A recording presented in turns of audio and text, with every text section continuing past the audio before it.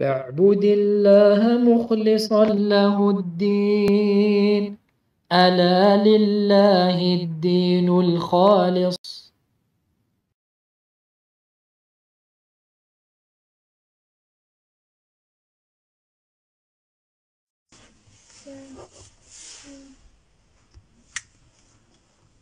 إن الحمد لله نحمده ونستعينه ونستغفره ونعوذ بالله من شرور أنفسنا وسيئات أعمالنا.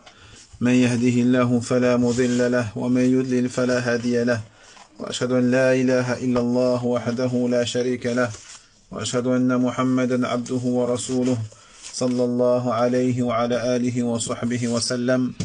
يا أيها الذين آمنوا اتقوا الله حق تقاته ولا تموتن إلا وأنتم مسلمون.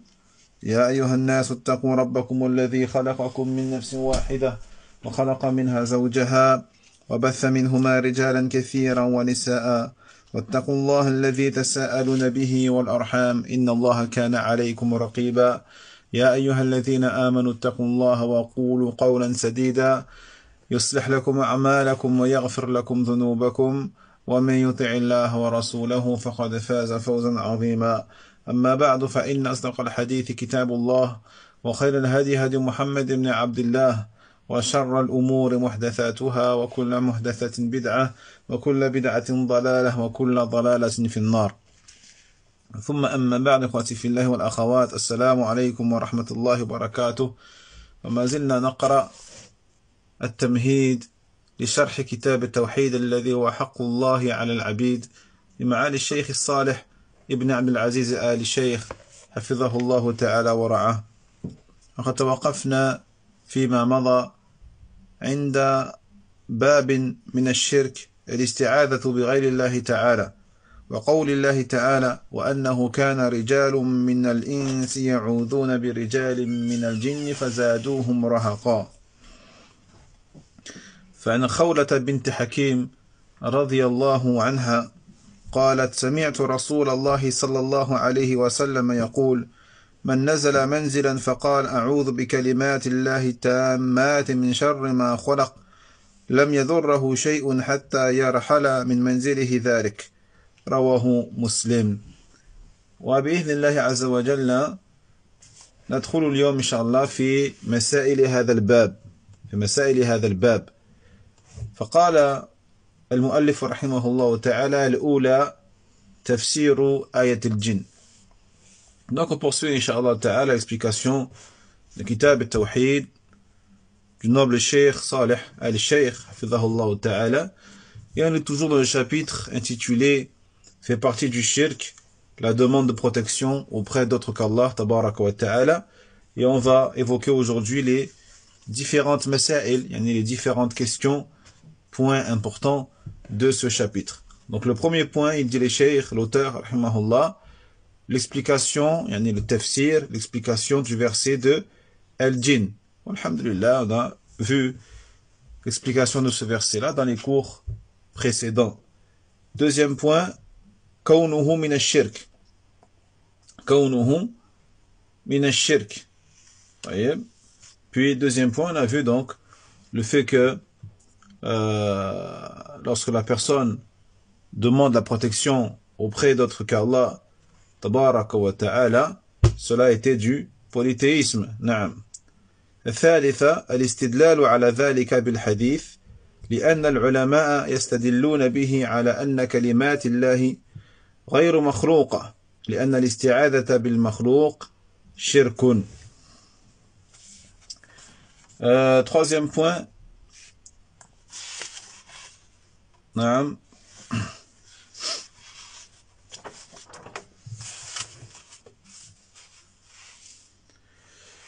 il dit l'auteur rahimahullah ta'ala, troisième point, l'argumentation. Donc l'argumentation ici,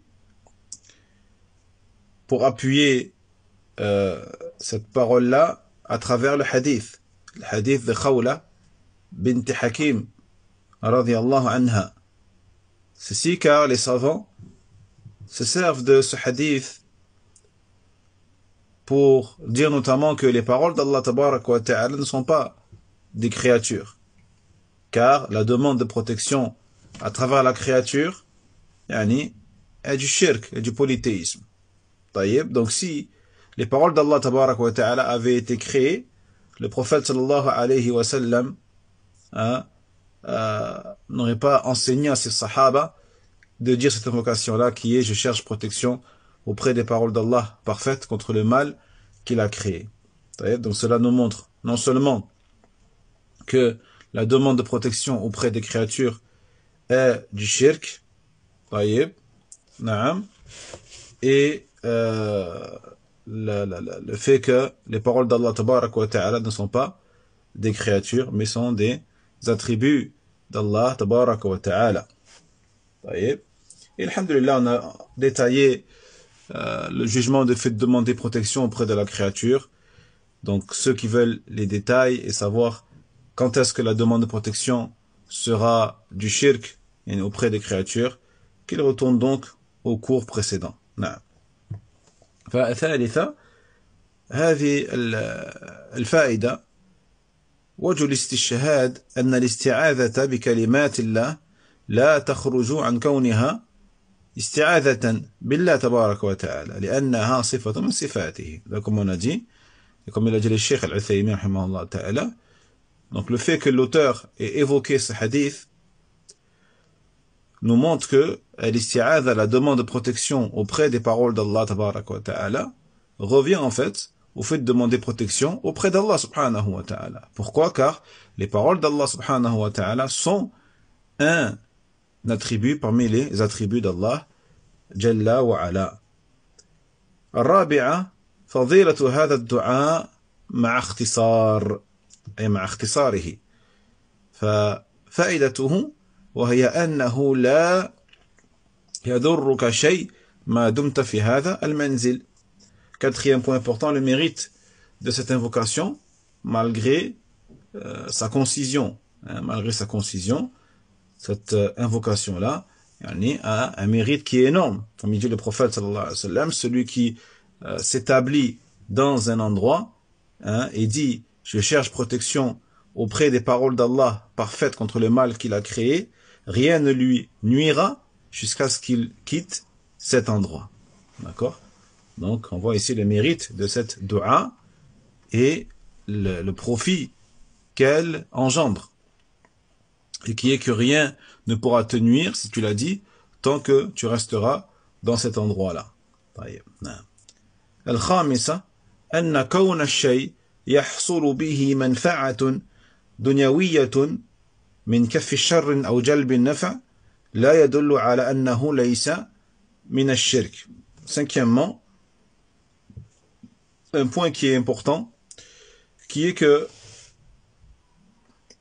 lorsque une chose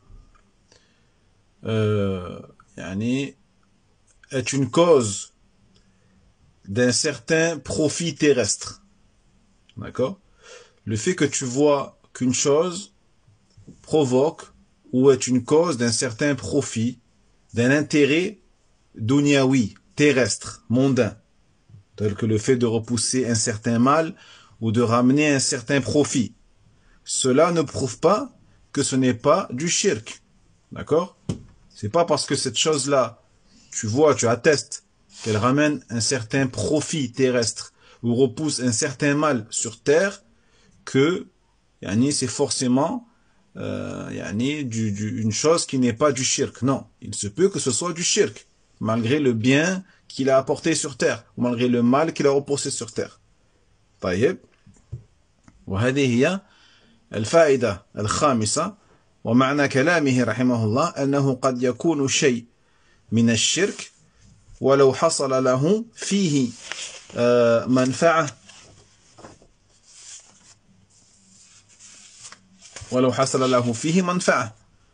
فلا يلزم من حصول النفع أن ينتفي الشرك فالإنسان قد ينتفع بما هو شرك مثال ذلك الجن فقد يعيذونك وهذا شرك مع أن فيه منفعة مثال آخر قد يسجد إنسان لملك فيهبه أموالا وقصورا وهذا الشرك مع أن فيه منفعة ومن ذلك ما يحصل لغلاة المداحين لملوكهم لأجل العطاء فلا يخرجهم ذلك عن كونهم مشركين.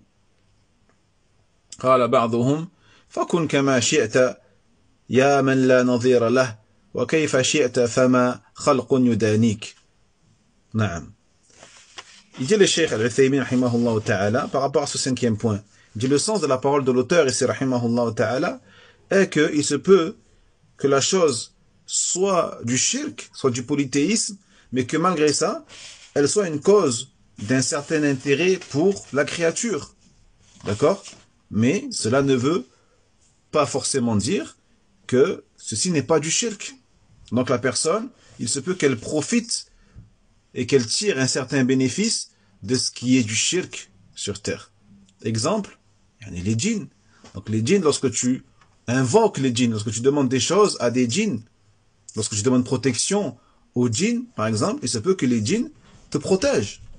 Bien sûr, par la permission d'Allah tabaraka wa ta'ala, l'ordre d'Allah tabaraka wa ta'ala, il y a le kauni qui est lié à la prédestination, mais il se peut que ces djinns te protègent et te préservent d'un certain mal. Donc tu en tires, à travers ce shirk, la personne en tire un certain bénéfice sur terre. D'accord? Autre exemple, il se peut que une personne se prosterne devant un roi, par exemple, devant un roi ou devant un président ou un empereur, et que ce président-là, à travers ce geste, lui donne en retour des cadeaux, de l'argent, une fortune, des châteaux, des palais. Donc, bien que ce soit du shirk, le fait qu'il s'est prosterné devant ce roi, eh bien, il en a tiré un certain profit terrestre. D'accord? Encore une fois, ce n'est pas parce que tu tires un certain profit de cet acte-là que ce n'est pas du shirk. Non, il se peut que ce soit du shirk. Vous voyez, rentre dedans, bien sûr, tous ceux qui sont là, qui écrivent des éloges extrêmes et exagérateurs envers certains présidents ou certains dirigeants, pour recevoir en retour de l'argent et une fortune ou quelque chose en retour. Des éloges dans lesquels il y a du shirk.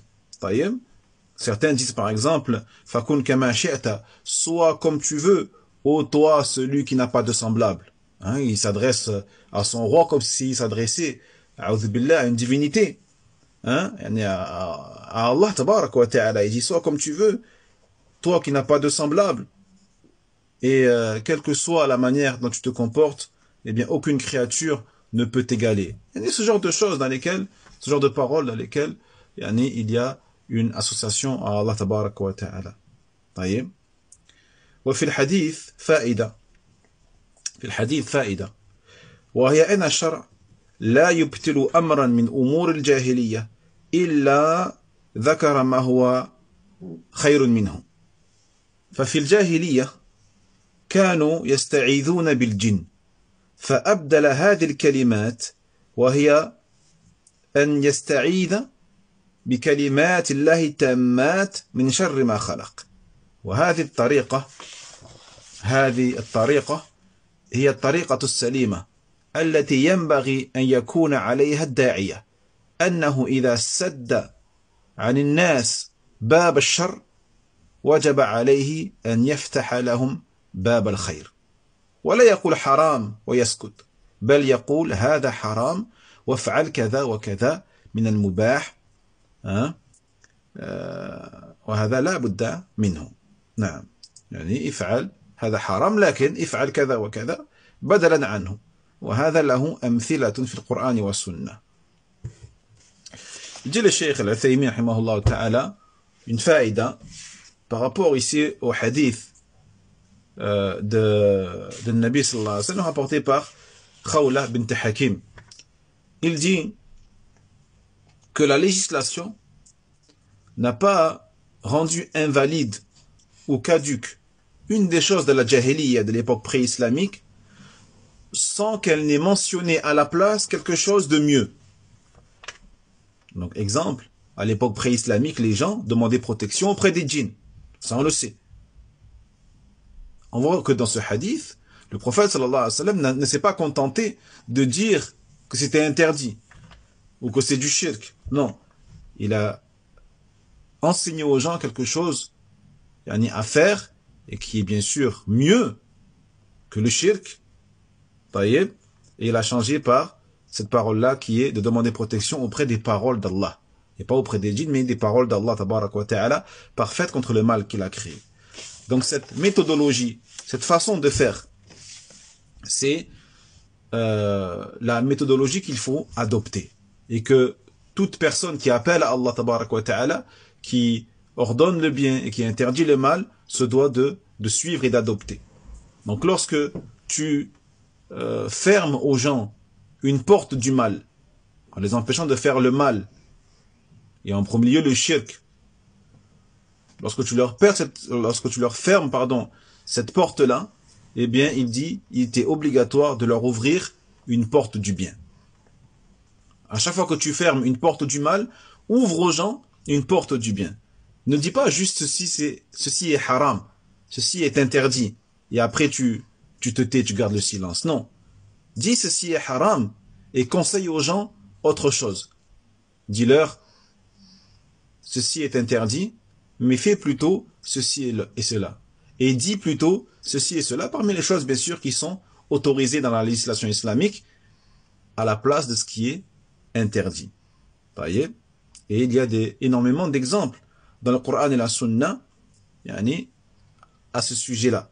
فمن القرآن مثلا قوله تعالى يا أيها الذين آمنوا لا تقولوا راعنا وقولوا انظرنا فلما نهاهم عن قول راعنا ذكر لهم ما يقوم مقامه وهو انظرنا.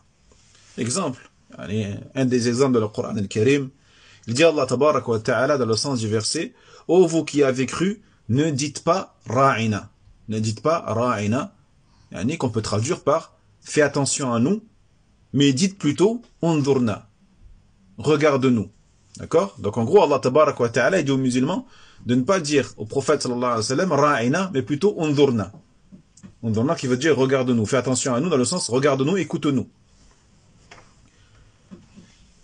Et ra'ina, en arabe, ça veut dire, fais attention à nous. Mais les juifs, dans le langage des juifs, ils utilisaient ce terme-là, ra'ina, qui ressemblait à une expression qu'ils utilisaient eux, chez eux, dans leur langue, pour insulter quelqu'un.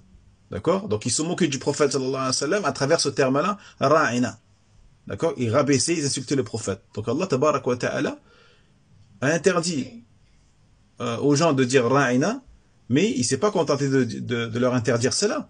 Il leur a dit de dire autre chose de meilleur qui est undurna, pour pas justement laisser la porte aux juifs pour qu'ils rabaissent et insultent le prophète alayhi salatu wassalam. Donc on voit ici que Allah leur a interdit quelque chose, mais à la place il leur a dit de dire une autre expression. وكذلكم من السنة قوله صلى الله عليه وسلم لمن نهاه عن بيع الصاع من التمر الطيب بالصاعين والصاعين بالثلاثة قال صلى الله عليه وسلم بيع الجمع بالدراهم واشتري بالدراهم جنيبا فلما منعه من المحظور فتح له الباب السليم الذي محظور فيه. نعم. Donc je reviens Inch'Allah un instant.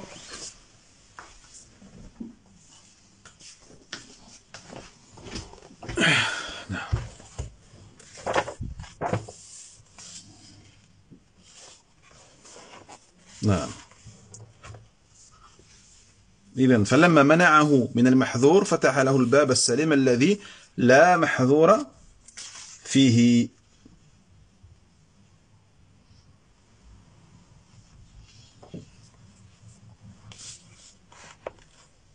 طيب. Et l'exemple tiré de la sunna, la parole du prophète sallallahu alayhi wa sallam, lorsqu'il a interdit à celui qui voulait vendre un sa' de date. Donc un sa' de date, il y a une quantité, une mesure spécifique qui est un sa', d'accord, de date, de bonne date, contre 2 sa' d'autres dates. Vous savez que ceci est interdit dans la législation islamique. Le fait de vendre une nourriture contre une autre nourriture qui est là, contre la même nourriture, une nourriture contre la même nourriture, mais d'une mesure différente. Donc comme ici, un sa' de date contre 2 sa' d'autres dates. Ça c'est interdit.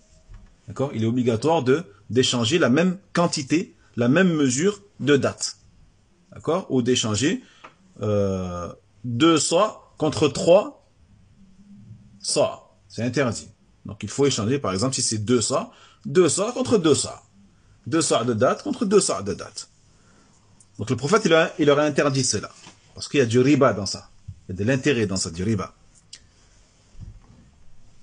Mais est-ce qu'il s'est contenté de leur dire ceci est interdit? Non. Il leur a dit ce qu'il fallait faire. Il leur a dit, vendez les dates que vous voulez échanger là contre les bonnes. Vendez-les bid-darahim, en échange de darahim, des pièces d'argent, d'accord, de monnaie. Et avec cette monnaie-là, allez acheter les dates que vous désirez. Allez acheter les dates, les bonnes dates que vous voulez. Donc au lieu d'échanger des dates contre les dates, car vous ne pouvez pas au niveau, parce qu'il faudrait échanger la même quantité, contre la même quantité, vendez les dates que vous ne voulez plus, prenez la monnaie, et avec cette monnaie-là, allez acheter les dates que vous désirez. Les bonnes dates, c'était les dates Janib. Donc Janib, c'était des très bonnes dates, de bonne qualité, d'origine de Khaybar. Al-Muhim, le prophète sallallahu alayhi wa sallam, après leur avoir interdit quelque chose, il leur a donné la solution, il leur a ouverte une porte du bien. Donc quand tu fermes une porte du mal, pense à toujours ouvrir aux gens une porte du bien. Donc lorsqu'il a interdit cette chose-là qui était interdite, il leur a ouvert une nouvelle porte saine et autorisée dans laquelle il n'y avait aucune interdiction.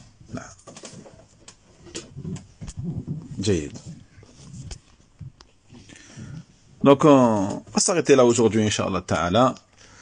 On continuera mardi prochain, bi'idhnillah. Donc, encore une fois, par rapport à l'isti'adha, la demande de protection auprès d'autres qu'Allah Tabarak wa Ta'ala, on a détaillé cette question-là dans les cours précédents. Donc je conseille à tous ceux qui n'ont pas suivi les cours précédents de retourner pour écouter le détail, car ceci est très important au sujet de la demande de protection auprès d'autres qu'Allah Tabarak wa Ta'ala. Barakallahu fikum, wal ilmu inda Allah, wa akhiru da'wana alhamdulillahi rabbil alamin, wa sallallahu ala nabiyyina Muhammadin wa ala alihi wa sahbihi ajma'in wa sallama taslima. Barakallahu fikum, wassalamu alaykum wa rahmatullahi wa barakatuh. وينجي الله الذين اتقوا بمفازتهم لا يمسهم السوء ولا هم يحزنون